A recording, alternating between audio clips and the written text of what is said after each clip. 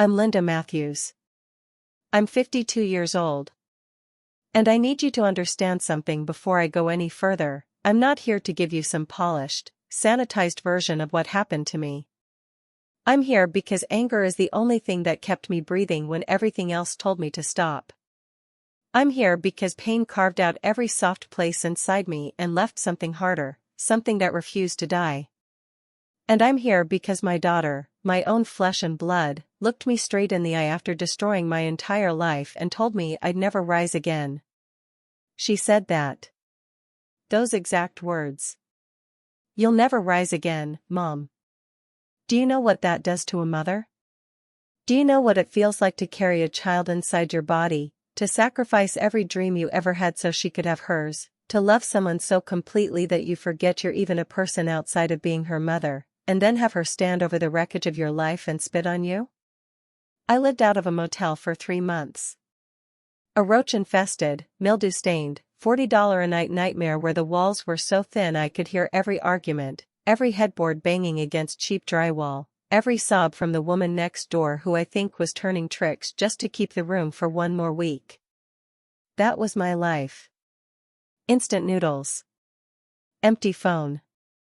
Staring at water stains on the ceiling, trying to find shapes in them like I used to do with clouds when I was a kid and still believed the world was good. But then something happened. Something I still can't fully explain.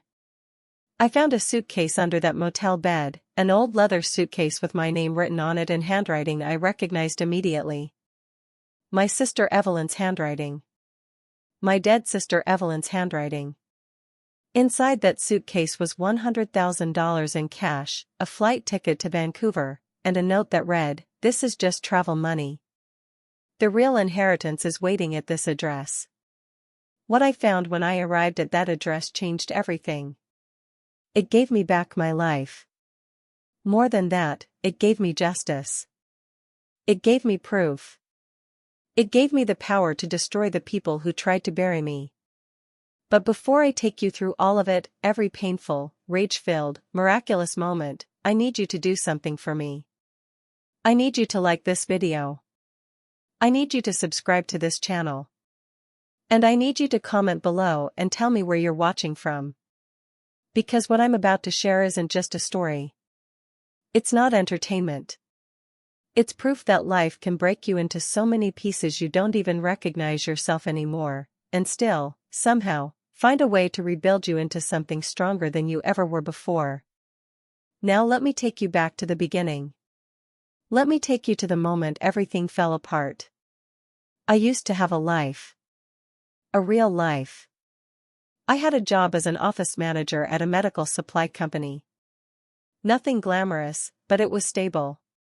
It was mine. I had a small house on Maple Street with a garden I actually cared about. I had routines. I had dignity. I had a daughter I would have died for. Her name is Claire.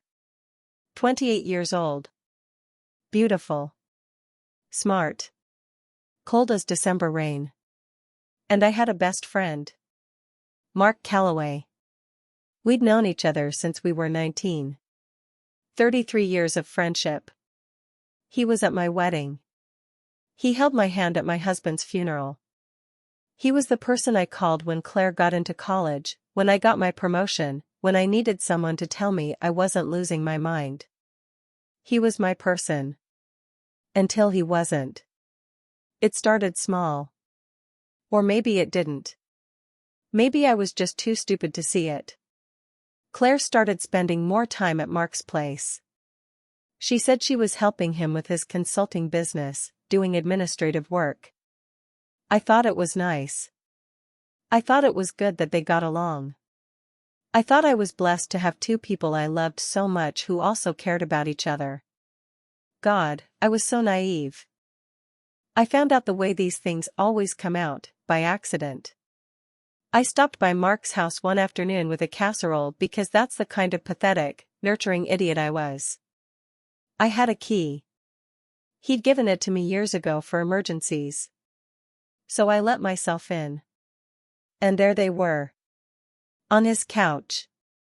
Her legs wrapped around him. His hands in her hair. The sound, God, the sound of it. The moaning. The intimacy. The look on their faces when they saw me standing there with a glass dish full of chicken and rice in my hands like some kind of deranged 1950s housewife. Claire didn't even scramble to cover herself. She just stared at me. And Mark had the audacity to look annoyed. Not guilty. Not ashamed. Annoyed. Like I was the one intruding. I dropped the casserole. It shattered. I remember the sound of the glass hitting the hardwood, the way the food splattered across the floor. I remember thinking, absurdly, that I'd never get my dish back now. Mom, Claire said, finally pulling a blanket over herself. This isn't what you think. Really? I heard my voice crack. Because it looks like you're sleeping with my best friend. Mark stood up, pulling on his jeans. Linda, calm down. Don't you dare tell me to calm down. This has been going on for a while, Claire said, and her voice was so casual, so matter of fact. We didn't want to hurt you, but we're in love. We're adults. You need to accept that. In love. She said it like it was the most natural thing in the world. Like she hadn't just detonated a bomb in the center of my life. You're 28, I whispered. He's 52. So? Claire's eyes were hard. You don't own him, Mom. You don't own me. I'm your mother. And he's his own person. This has nothing to do with you. Nothing to do with me. My daughter. My best friend. And it had nothing to do with me. I left. I don't even remember driving home. I just remember sitting in my car in my driveway, shaking so hard I thought I might crack a tooth. That was the beginning of the end. Within 2 weeks, everything collapsed. Mark called my boss, they'd met at a company holiday party years ago, and told him I'd been embezzling money. It was a lie. A complete fabrication. But Mark was convincing. He always had been. He provided fake documents, forged emails, bank statements he'd somehow created that made it look like I'd been skimming funds for months. I was fired. Escorted out of the building like a criminal. No severance. No goodbye. Just a box of my things and the stares of coworkers who'd believed I was a thief. I tried to fight it. I called lawyers. But lawyers cost money I didn't have. And Mark had covered his tracks so well that every legal professional I spoke to said it would cost tens of thousands of dollars to even begin proving my innocence. Money I didn't have. Money I would never have. Then the eviction notice came. I couldn't pay my mortgage without my job. The bank foreclosed. I had 30 days to get out of the house I'd lived in for 18 years. Claire never called. Never texted. Never checked to see if I was okay. I packed what I could fit in my car and drove to the Twilight Motor Lodge on the edge of town. $40 a night. Weekly rates available. The woman at the desk didn't even look at me when she took my credit card. That motel became my entire world. Room 12. A double bed with a sunken mattress and sheets that smelled like bleach and sadness. A bathroom with tiles that had probably been white once but were now a grayish yellow. A mini fridge that buzzed so loud I couldn't sleep. A window that looked out onto the parking lot where men came and went at all hours, and no one ever made eye contact. I ate instant noodles. Ramen. Cup of soup. Crackers. Gas station hot dogs when I could afford them. I stopped looking at myself in the mirror because I didn't recognize the woman staring back. Gray skin. Hollow eyes. Hair I hadn't washed in days because what was the point? My phone never rang. I had 3 contacts left, my mother, who had dementia and lived in a nursing home and didn't know who I was anymore, a cousin in Florida I hadn't spoken to in 10 years, and the number for the motel front desk. No one was looking for me. No one cared. I thought about dying. A lot. I thought about how easy it would be to just take all the sleeping pills I had left and go to sleep and never wake up. I thought about driving my car into a concrete barrier. I thought about walking into the lake at the state park with stones in my pockets. But I didn't. Not because I was strong. Not because I had hope. But because I was too angry. Too stubborn. Too filled with this burning, choking rage that felt like swallowing glass every single day. I wanted Claire to know I was still here. I wanted Mark to know he hadn't killed me. I wanted them both to see me rise up out of the dirt they'd buried me in and make them choke on their guilt. But I had no idea how. I had nothing. No money. No plan. No future. And then I found the suitcase. It was a Wednesday. Late afternoon. The kind of gray, listless day where time doesn't seem to move and you can't remember if you've eaten or showered or spoken out loud. I was cleaning under the bed. Not because I cared about cleanliness, but because I'd dropped my phone charger and it had rolled under there, and I was on my hands and knees in that disgusting motel room, reaching through dust bunnies and God knows what else, when my hand hit something solid. A suitcase. Old brown leather. Scuffed and worn. The kind with brass clasps and a fabric lining inside. I pulled it out and sat back on my heels, staring at it. There was a tag attached to the handle. The kind you'd put on luggage at an airport. And written on that tag, in handwriting I would have recognized anywhere, was my name. Linda Matthews. In Evelyn's handwriting. My sister Evelyn had been dead for 4 years. She died suddenly, a heart attack, the doctors said. She was only 53. I wasn't even able to go to her funeral because I was taking care of Claire, who'd just had surgery for a torn ACL. Claire had insisted I stay with her. Aunt Evelyn wouldn't want you to miss this, Mom. She'd understand. So I'd missed my own sister's funeral. And I'd never forgiven myself. Evelyn and I hadn't been close in the last decade of her life. She'd become paranoid, obsessive. She was convinced people were stealing from her, lying to her, plotting against her. She'd built this whole fortress around herself, financially, emotionally. She'd cut off almost everyone, including me. The last time we spoke, she'd accused me of siding with them. I didn't even know who them was. But now, sitting in that motel room, staring at a suitcase with my name on it in her handwriting, I felt something I hadn't felt in months. Curiosity. I opened the clasps. They were stiff, but they gave way with a click. Inside was money. Stacks and stacks of cash. $100 bills, bundled with rubber bands. I didn't count it at first. I just stared. My hands were shaking. Underneath the money was a manila envelope. I opened it with trembling fingers. Inside was a flight ticket. Vancouver International Airport. One way. Dated for 2 days from now. First class. The ticket was in my name. And there was a note. Written in Evelyn's tight, angular handwriting on a piece of plain white paper. Linda. This is just travel money. The real inheritance is waiting at this address. Below that was an address in Vancouver. A street name I didn't recognize. No explanation. No context. Just the address. I sat there on the floor of that motel room, holding that note, and I started to cry. Not soft crying. Ugly, choking sobs that came from somewhere deep in my chest. Because for the first time in months, someone had thought of me. Someone had planned for me. Someone had left me something. Even if it was my dead, paranoid sister who everyone said had lost her mind, she had thought of me. I counted the money. $100,000. Exactly.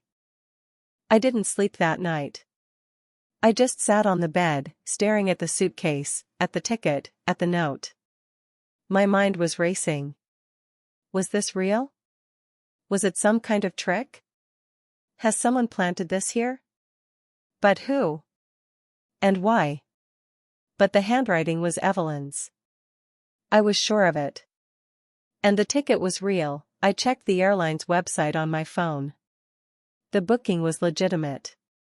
So I made a decision. The kind of decision you make when you have absolutely nothing left to lose. I was going to Vancouver. I checked out of the motel the next morning. The woman at the desk didn't ask any questions. I packed everything I owned into 2 duffel bags and put them in my car. I kept $5,000 from the suitcase in cash and hid the rest in the trunk, wrapped in a garbage bag inside a spare tire well. I drove to the airport. I'd never flown first class before. Hell, I'd barely flown at all. But I walked up to that check-in counter with my ticket, and the woman behind the desk smiled at me, actually smiled, and said, "Welcome, Ms. Matthews. Let me get you checked in." The flight was surreal. Champagne before takeoff. A seat that reclined into a bed. Hot towels. A meal that came on actual dishes. I felt like an imposter. Like someone was going to tap me on the shoulder and tell me there'd been a mistake. But no one did. I flew to Vancouver in luxury while my brain spun in circles trying to make sense of what was happening. When I landed, I took a cab to the address on the note. It was a 40-minute drive outside the city, into a wooded area near a lake. The driver kept glancing at me in the rearview mirror like he was worried I was lost. "You sure this is the right place?" he asked as we turned down a narrow gravel road. "I'm sure," I said, even though I wasn't sure of anything. The house appeared through the trees like something out of a dream. Or a nightmare. It was old, maybe 100 years old, with peeling paint and a sagging porch. The windows were dark. Overgrown shrubs and weeds crowded the foundation. It looked abandoned. But I recognized it. Barely. This was Evelyn's lake house. She'd bought it years ago, back when she still had money and wasn't yet convinced the world was out to get her. I'd only been here once, maybe 15 years ago, for a summer weekend. I remembered sitting on the dock with her, drinking wine, laughing about something I couldn't even remember now. I paid the driver and stood in the driveway, staring at the house. My heart was pounding. The front door was locked, but I found a key under a flower pot on the porch, exactly where Evelyn used to keep it. Some things never change, I guess. I stepped inside. The air was stale, thick with dust. Furniture covered with white sheets. The floorboards creaked under my feet. It was like stepping into a tomb. But it wasn't empty. Not really. Because Evelyn had left things here. Deliberately. On the dining room table was a stack of folders. Legal documents. Financial statements. Photographs. And a note on top that said, "Start here." I sat down and started reading. And with every page I turned, my blood went colder. Evelyn hadn't been paranoid. She'd been right. The documents laid it all out. Years of conspiracy. Years of lies. And at the center of it all was Mark Calloway. It started 20 years ago. Evelyn had founded a biotech startup with a partner, a man named David Chen. They'd developed a diagnostic technology that ended up being worth a fortune. The company went public.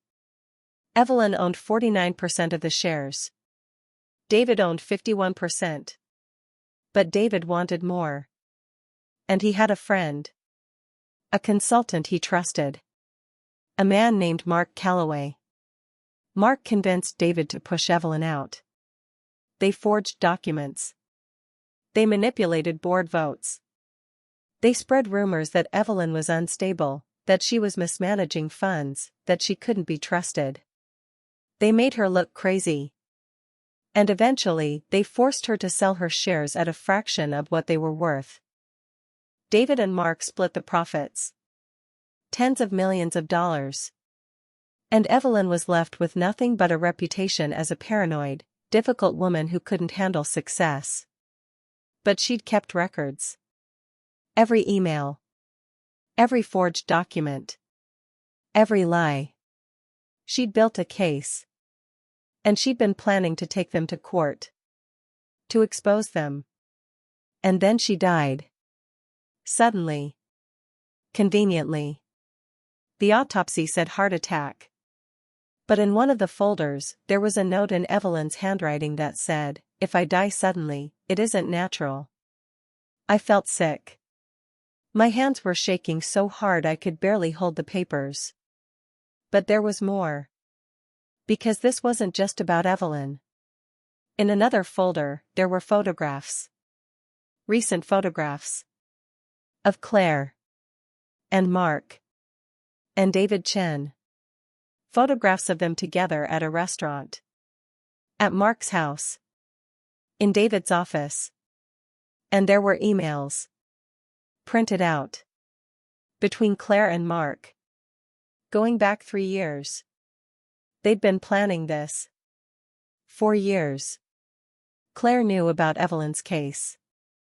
Mark had told her. And they'd decided that if they could get control of the remaining assets, the lake house, the offshore accounts Evelyn had hidden, the evidence she'd gathered, they could settle with David's estate and split everything. But they needed Evelyn's heir. Which was me. And they needed me out of the way. That's why Mark had framed me.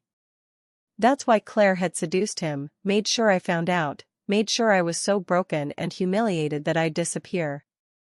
They were going to wait for me to die. Or to give up. And then they were going to claim Evelyn's estate as my next of kin. But Evelyn had known. Somehow, she'd known. Maybe she'd heard rumors. Maybe she'd done her own investigating. But she'd known. And she'd made sure that everything, the evidence, the accounts, the inheritance, went to me. Not through a will that could be contested. But through this. A suitcase. A treasure hunt. A final act of love from a sister I'd thought had forgotten me. I sat in that dusty, abandoned house, and I screamed. I screamed until my throat was raw. I screamed for Evelyn. For myself. For every woman who'd ever been betrayed and gaslit and told she was crazy when she was just telling the truth. And then I got to work. The basement. That's where Evelyn said the safe was, according to her final note. Look for the blue tile. Third from the left. The passcode is Mama's birthday. I found the tile. I pulled it up. Behind it was a small wall safe, the kind you'd find in a hotel room. I punched in the code, our mother's birthday, August 17th, 43, and the safe clicked open. Inside was a USB drive. Bank account information for offshore accounts in the Cayman Islands. Legal affidavits from former employees of David Chen's company, testifying to the fraud. Audio recordings of conversations between Mark and David, discussing how to handle Evelyn. And a video. Dated 6 months before Evelyn died. I plugged the USB into my laptop and played it. Evelyn's face filled the screen. She looked tired. Sick. But her eyes were sharp. "Linda," she said. "If you're watching this, I'm gone. And I need you to listen very carefully. I know you think I pushed you away. I know you think I was paranoid. But I wasn't. I was trying to protect you. Because the people who did this to me, they're connected to your life too. Mark Calloway. Your best friend. He's one of them. He's been using you to get to me for years. And now that I'm gone, he's going to come for you. He's going to destroy you the same way he destroyed me. Unless you fight back. Linda, you're stronger than you think. You always have been. Take the evidence. Find my lawyer, His name is Martin Reyes, his contact information is in the folder. And take them down. All of them. Don't let them win. I love you. I always have. And I'm sorry I wasn't a better sister. But I'm giving you this chance. Take it. Make them pay. The video ended. I sat there, tears streaming down my face, and I felt something I hadn't felt in so long. Power. It took me 2 weeks to put it all together. I contacted Martin Reyes, Evelyn's lawyer, who'd been waiting to hear from me. He'd been holding on to documents, waiting for me to claim the inheritance. He'd known everything. I also contacted a journalist Evelyn had worked with. A woman named Sandra Kim who specialized in corporate fraud. She'd been investigating David Chen's company for years but hadn't been able to get enough evidence to publish. Until now. We built the case. We compiled everything. Every email. Every recording. Every bank statement. We traced the money. We connected the dots. I keep the key to room 12 of the Twilight Motor Lodge in a drawer in my kitchen. Not because I want to remember the pain. But because I need to remember where I came from. I need to remember that rock bottom isn't the end. It's just the place where you decide whether to stay down or get back up. I used to think betrayal was the worst thing that could happen to a person. That losing the people you love was the end of everything. Now I know better. Betrayal isn't the end of love. It's the beginning of freedom. Because when someone takes everything from you, when they strip away every illusion and every false comfort, they also give you something. They give you clarity. They give you the truth. They give you the knowledge that you don't need them. That you never did. And that's the most powerful thing in the world. Let me take you deeper into those motel days. Because I glossed over them before, and I need you to really understand what rock bottom feels like. I need you to understand what it does to a human being to lose everything. Room 12 at the Twilight Motor Lodge. That was my address for 3 months. My whole world compressed into 150 square feet of stained carpet and peeling wallpaper. Every morning I woke up and for about 3 seconds, I'd forget where I was. I'd forget what had happened. And then reality would crash back in like a wave of ice water, and I'd have to remember all over again that this was my life now. This was what I'd become. The woman in room 11 was a prostitute. I'm not saying that to judge her. God knows I was in no position to judge anyone. I'm saying it because every night I'd hear her bring men back. Sometimes 2 or 3 a night. I'd hear the negotiations through the wall. The sounds. The transactions. And sometimes, late at night after they'd left, I'd hear her crying. Just sobbing into her pillow the way I sobbed into mine. We never spoke. We'd pass each other in the parking lot, and we'd look away, because eye contact meant acknowledging what we'd both become, and neither of us could handle that. The man in room 13 was a veteran. I think he had PTSD. He'd scream in his sleep. Not words. Just screaming. Raw, animal sounds of terror. The first time I heard it, I almost called 911. But then I realized no one was coming to save him. No one was coming to save any of us. We were the forgotten ones. The discarded ones. The ones who'd fallen through the cracks of society and landed in this purgatory of cheap rooms and cheaper lives. I'd walk to the gas station every other day to buy food. Ramen noodles. Crackers.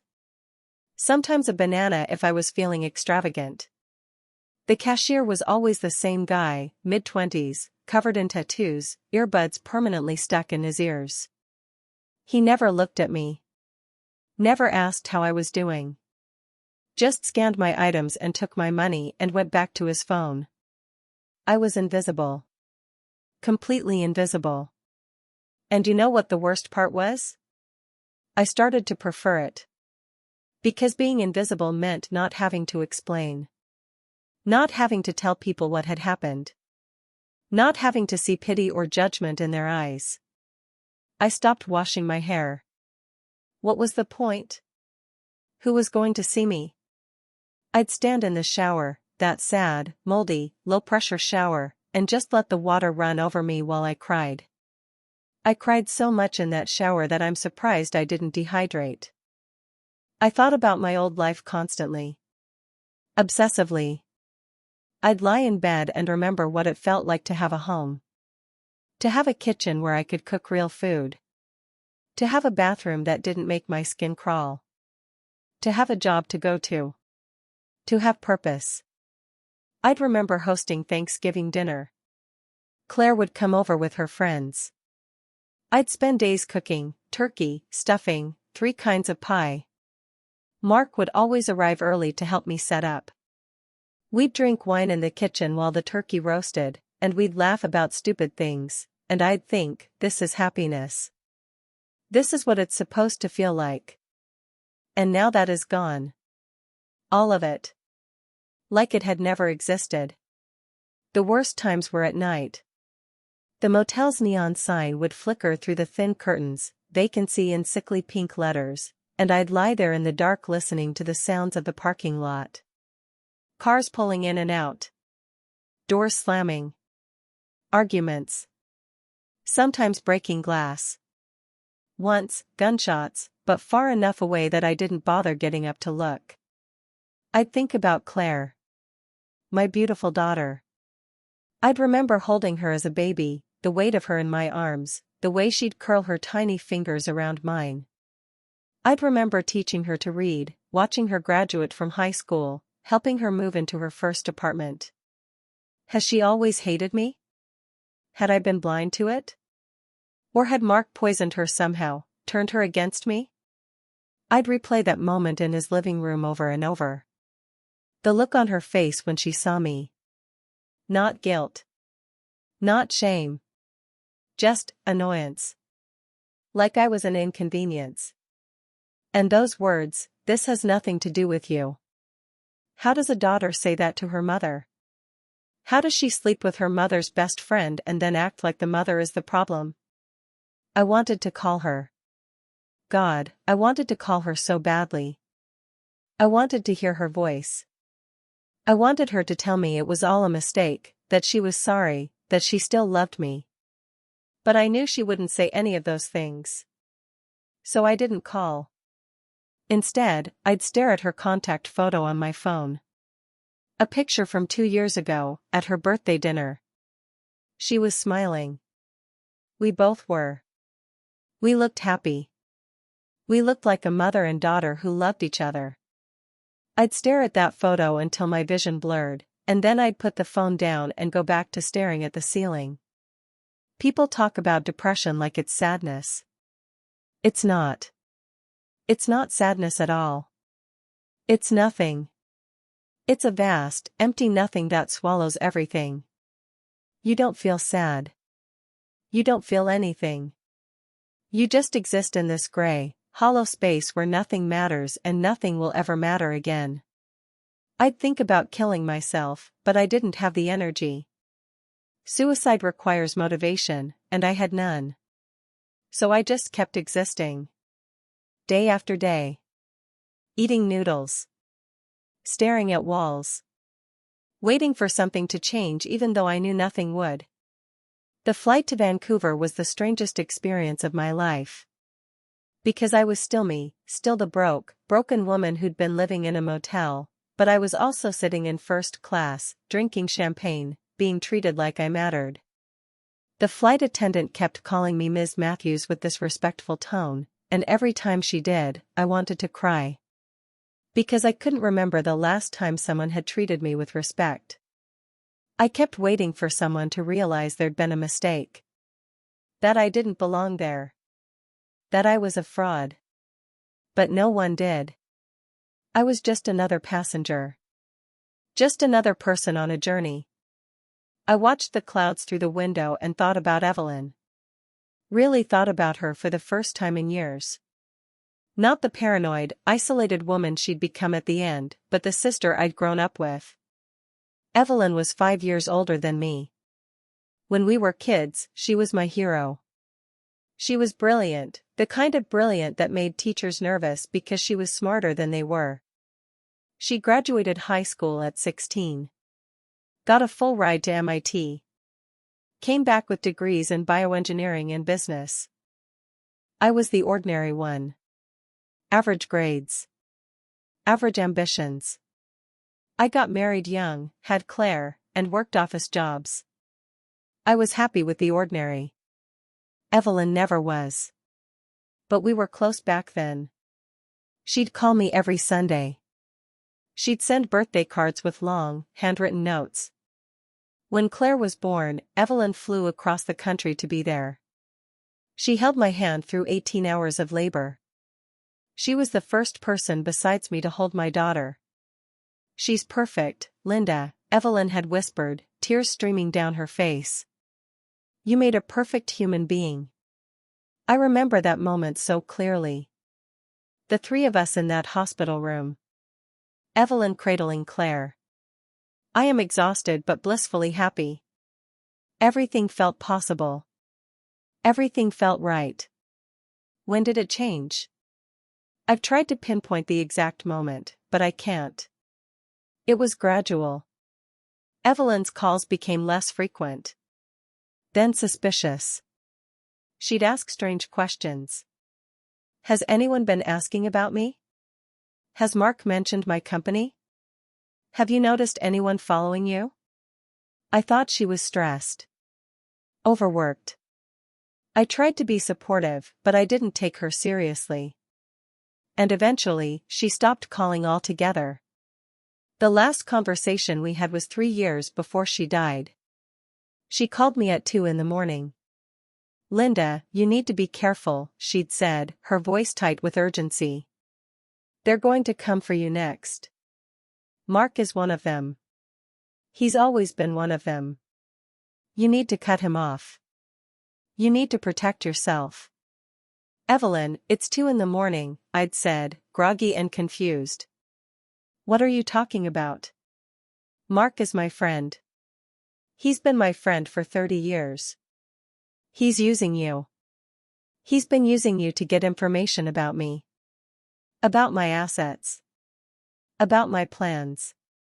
Linda, please, you have to listen to me. Evelyn, I think you need to talk to someone. A professional. You're not sleeping, are you? You're stressed." "I'm not crazy."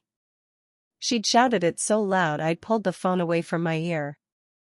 "Why does everyone keep saying I'm crazy? I'm the only one who sees the truth. I'm the only one who's paying attention. I didn't say you were crazy. You didn't have to. I can hear it in your voice. You think I've lost my mind. Just like everyone else. Fine. Don't believe me. But when they come for you, and they will come for you, don't say I didn't warn you." She'd hung up. And I never called her back. That was my last conversation with my sister. I thought she was paranoid. Delusional. I felt sorry for her, but I also felt embarrassed. Embarrassed that she'd become this person. Embarrassed that people might associate me with her. And then she died. And I missed her funeral because Claire needed me. Sitting on that plane, 30,000 feet above the ground, I cried for Evelyn. For the sister I'd abandoned. For the woman who'd been telling the truth all along while everyone, including me, had called her crazy. She'd tried to warn me. She'd tried to protect me.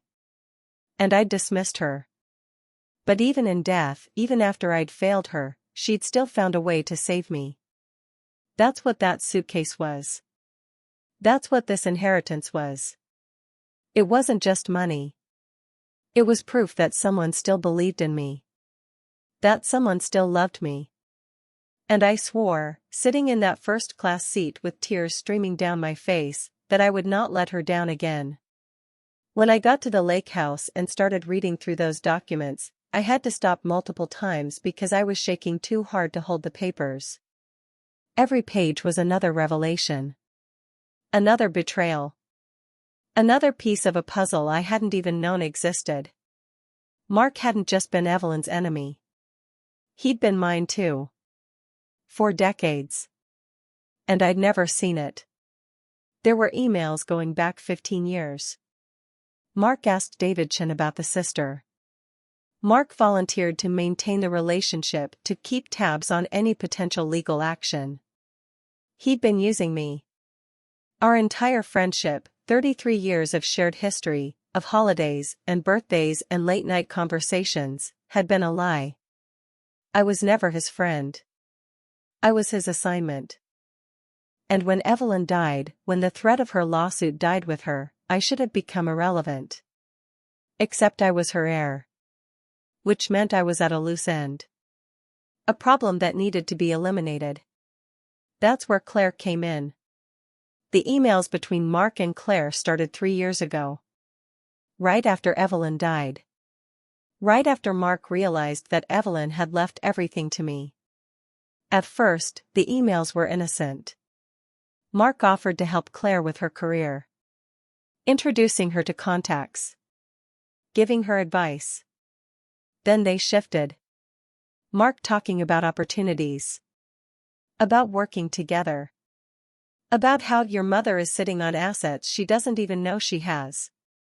And Claire, my daughter, my baby girl, responded enthusiastically. I'm interested. Let's talk more. They'd met for coffee. Then lunch. Then dinner. The emails became more familiar. More intimate. You're so much smarter than your mother, Mark wrote in one email. She never appreciated what she had. But you're different. You see the bigger picture. And Claire ate it up. She's always been small-minded. She settled for mediocrity. I don't want that life. Reading those words felt like being stabbed. Over and over. Each sentence is a blade between my ribs. She'd always resented me. All those years I'd thought we were close, thought we loved each other, she'd been looking down on me. Judging me. Finding me lacking. And Mark had known exactly how to exploit that. He'd flattered her. Made her feel special. Made her feel like she was better than me. Then came the affair. That wasn't an accident. That wasn't them falling in love. That was calculated.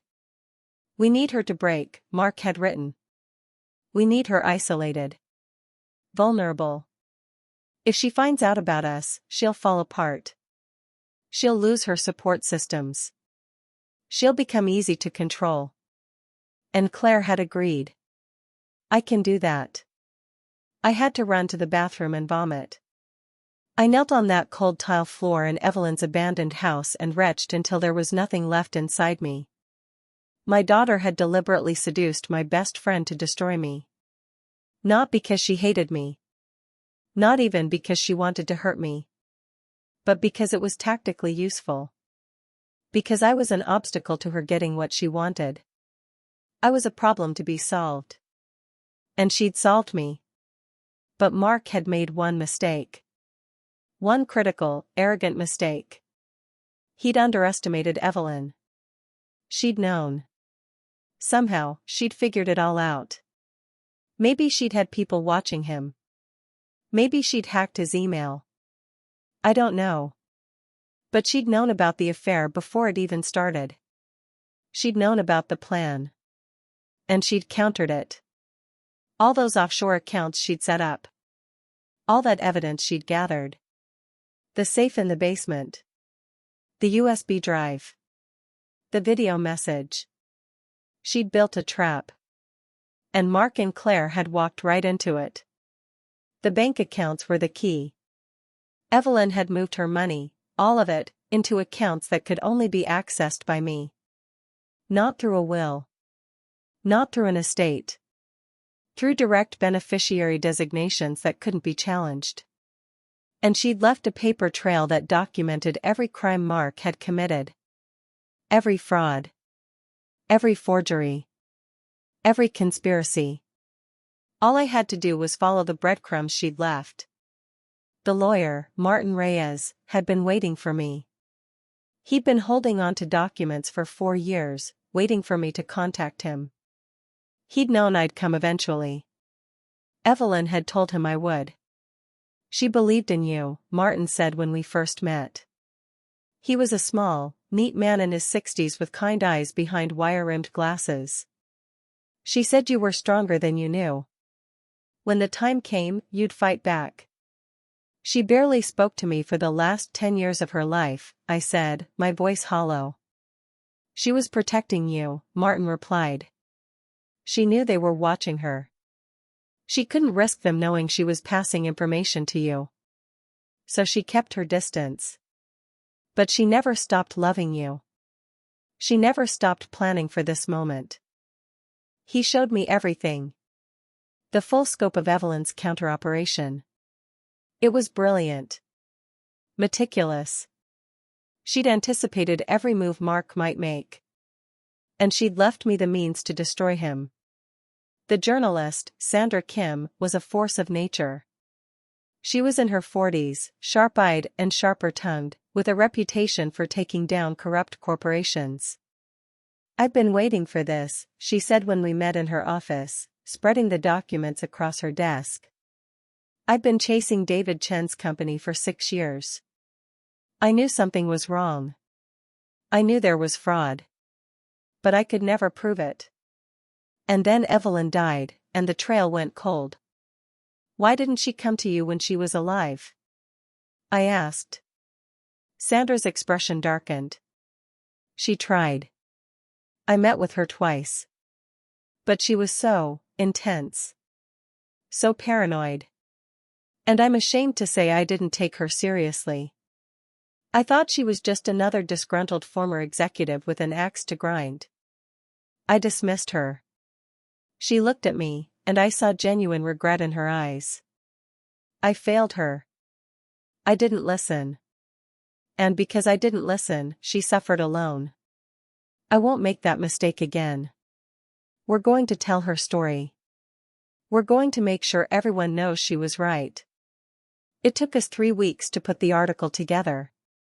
Sandra worked day and night, verifying every fact, tracking down additional sources, building an airtight case.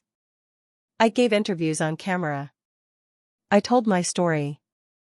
I showed my face. And that was terrifying because it meant stepping out of the shadows. It meant everyone would know what had happened to me. But I did it anyway. Because Evelyn couldn't tell her story. And someone had to. The article was published on a Tuesday morning. By noon, it had been picked up by every major news outlet in the country. Biotech fraud exposed, a decades-long conspiracy of theft, betrayal, and gaslighting. Sandra didn't hold back. She named names. She published the documents. She included audio clips from the recordings. She told the whole ugly truth. My phone started ringing within an hour. Reporters. Lawyers. People from my old life who suddenly wanted to talk to me. I turned it off. But I watched the news. I watched Mark's face appear on screen. He looked old. Haggard. Scared. He gave a press conference claiming he'd done nothing wrong. That the documents were fabricated.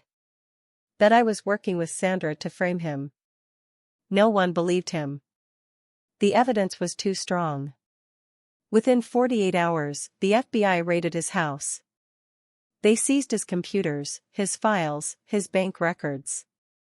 Within a week, he was arrested. And I felt nothing. I thought I'd feel triumphant. Vindicated. But I just felt empty. Because none of this brought Evelyn back.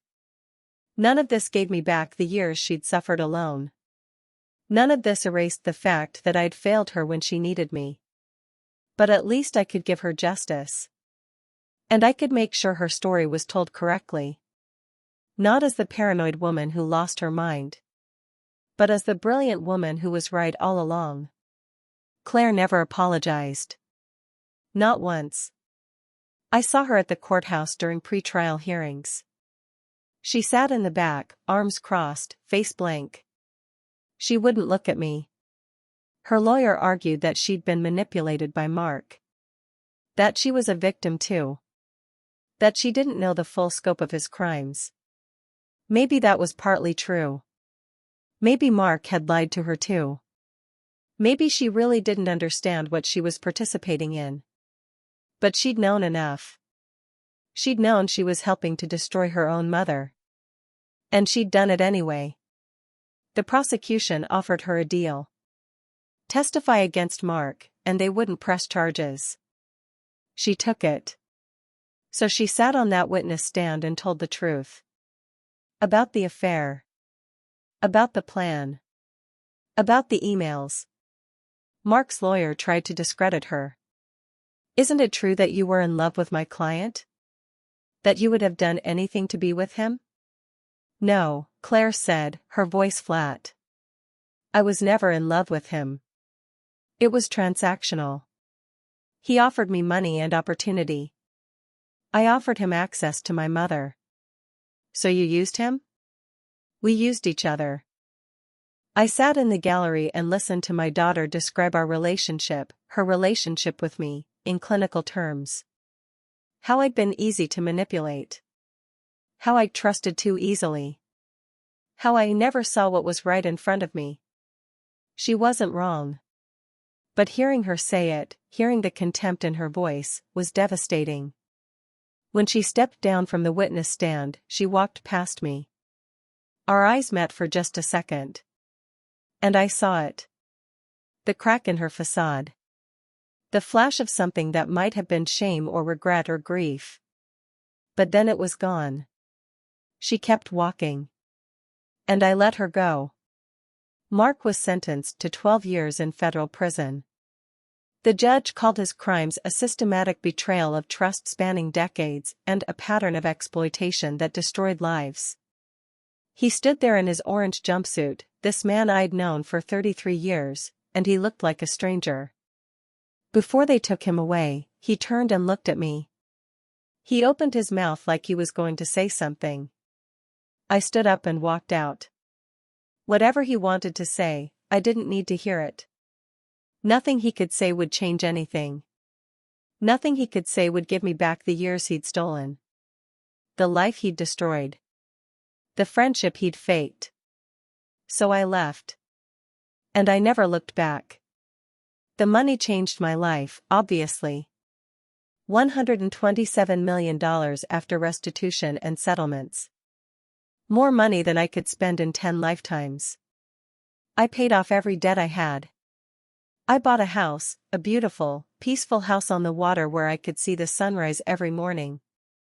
I donated to causes Evelyn cared about. I set up the foundation. But the money wasn't what saved me. The money was just a tool. What saved me was the anger. The fury that kept me moving forward when everything in me wanted to give up. The rage that said, no. You don't get to win. You don't get to break me and walk away. And what healed me was the truth. Knowing that I wasn't crazy. That my instincts weren't wrong. That the betrayal was real and documented and provable. Evelyn gave me that. She gave me proof. And in a world that had gaslit me, that had made me question my own reality, proof was everything. I don't talk to Claire anymore. She's tried to reach out a few times. Emails. Letters. She's never apologized, but she's asked to talk and explain her side. I deleted the emails. I throw away the letters. Because there's nothing she can say that I need to hear. Some people think that's cruel. They think I should forgive her. That she's my daughter and I should give her another chance. But those people don't understand what it feels like to be betrayed by your own child. They don't understand that some wounds don't heal. Some bridges, once burned, can't be rebuilt. And I'm okay with that. I'm at peace with it. Because forgiving her wouldn't set me free. It would just let her back in. And I've worked too hard to rebuild my life to let her tear it down again. I visit Evelyn's grave once a month. It's in a small cemetery outside of Seattle. A simple headstone. Just her name and dates. I bring flowers. I sit on the grass. And I talk to her. You were right, I told her. About everything. I'm sorry I didn't believe you. I'm sorry I wasn't there for you when you needed me. But I'm here now. And I'm going to make sure your story is told. I'm going to make sure people remember you the way you deserve to be remembered. Sometimes I cry. Sometimes I'm angry. Sometimes I just sit in silence. But I always leave feeling lighter. Because I know she's at peace now. And I know she'd be proud of what I've done. The foundation is called the Evelyn Matthews Trust. We help women who've been financially abused. Who's been gaslit. Who've been told they're crazy when they're just telling the truth. We provide legal support. Financial counseling. Emergency housing. Job training. Mental health services. And we believe them. That's the most important thing. When a woman comes to us and says, "This is what happened to me," we don't question her. We don't ask for proof. We don't suggest she might be misremembering or exaggerating.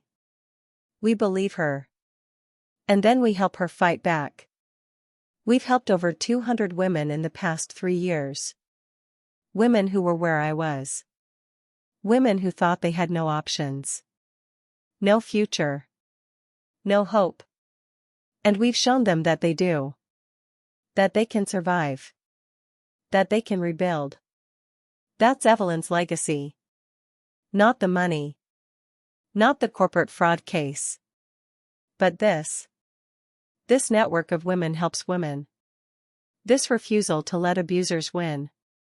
I'm 52 years old. And I'm finally living the life I was always meant to live. I wake up every morning in my house by the water. I make coffee. I watch the sun rise. I work on the foundation. I read books. I take walks. I exist in peace. I have friends now. Real friends. People who like me for who I am, not what I can give them. People who've heard my story and stayed anyway. I'm not defined by what happened to me anymore. I'm defined by how I responded to it. And I keep that motel key in my kitchen drawer. Room 12. Twilight Motor Lodge. Not because I want to remember the pain. But because I need to remember the journey. I need to remember that the lowest moment of my life was also the beginning of my salvation. Because that's when Evelyn found me. That's when she reached across the divide between life and death and said, "You're not done yet. Get up." And I did. I got up. And I kept getting up. Day after day. Step by step. Until I wasn't just surviving anymore. I was living. If you're watching this video from a place of darkness, from a place where you can't see a way forward, I need you to hear this. You are not alone. You are not crazy. You are not weak. You've been hurt. You've been betrayed. You've been told lies about who you are and what you're worth. But those lies aren't true. They were never true. You are stronger than you know. You are more resilient than you can imagine. And somewhere inside you, there's a spark of fury that refuses to be extinguished. Find that spark. Fan it into a flame. Let it burn away everything that's trying to keep you down. And then get up. Even if you have to crawl. Even if you can only manage one step. Get up. Because you deserve better. You deserve justice. You deserve peace. You deserve a life that's yours. And it's waiting for you. Your suitcase is out there. Your inheritance. Your truth. You just have to be alive to find it. So stay alive. Keep fighting. Keep moving forward. Because your story isn't over. This is just the part where everything fell apart. The next part, the part where you rise, that's coming. I promise you, it's coming. You just have to hold on long enough to see it. My name is Linda Matthews. I'm 52 years old. And this is how I found my worth again. Not in money. Not in revenge. But in the realization that I am enough. That I always was enough. That the people who tried to destroy me didn't succeed because they couldn't destroy what was essential. What was true. What was mine. I used to think betrayal was the end of love. Now I know it's the beginning of freedom. I used to think losing everything was the worst thing that could happen. Now I know it's the best thing that could happen. Because you can't rebuild while you're still holding on to the ruins. And I used to think I needed other people to validate my worth. To tell me I mattered. To prove I wasn't crazy. Now I know better. My worth isn't up for debate. My reality isn't subject to someone else's approval. My truth is my truth, whether anyone else believes it or not. That's what Evelyn taught me. In life and in death. That's what she left me in that suitcase. Not just money. But permission. Permission to trust myself. Permission to fight back. Permission to live. And I'm going to spend the rest of my life paying that gift forward. So thank you for watching.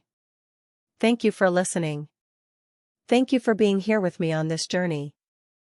Now go out there and find your suitcase. Find your truth. Find your power. And never, ever let anyone tell you that you can't rise again. Because you can. I'm living proof. You are not the worst thing that ever happened to you. You're not the betrayal.